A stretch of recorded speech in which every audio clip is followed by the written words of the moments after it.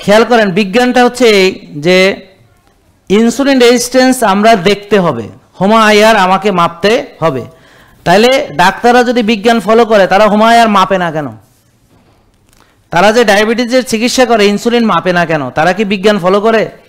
তারা একটা রোগীকে ইনসুলিন দিচ্ছে, তার ইনসুলিন তৈরি হয় কিনা সি-পেপটাইড দেখে না কেন? দেখে না। তারা যদি বিজ্ঞানী মানে তাহলে সি-পেপটাইড দেখবে, ইনসুলিন মাপবে, হোমায়ার দেখবে, তারপর যার ইনসুলিনের অভাব তাকে ইনসুলিন দিবে, আর যার ইনসুলিন বেশি আছে তাকে ইনসুলিন দিবে না।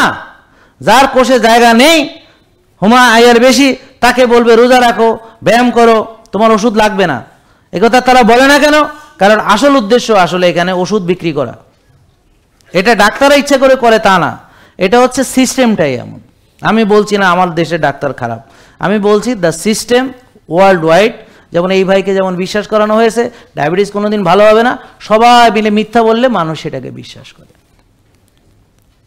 আপনাকে বোঝানো হয়েছে প্রেশার কোনোদিন ভালো হবে না, তোমার জিনের দোষ, তোমার বাপ মায়ের জিনে দিচ্ছে, দাদা দাদির জিনে দিচ্ছে, হ্যাঁ কোনোদিন ভালো হবে না, তোমার কাম কাজ হলো তুই খেলে ওষুধ খাইবে, আর আমার কাছে চেম্বারে আসবে, মাঝে মাঝে চেক আপ করাইবা, আর রেগুলার প্রেশার মাইবা, আর ওষুধ বাড়াইবা দিন দিন, এটাই তোমার কাম। আর দেখবা কিডনি নষ্ট হয়েছে নি, লিভার নষ্ট হয়েছে নি, হইলে পরে কিডনি ডাক্তারের কাছে যাইবা।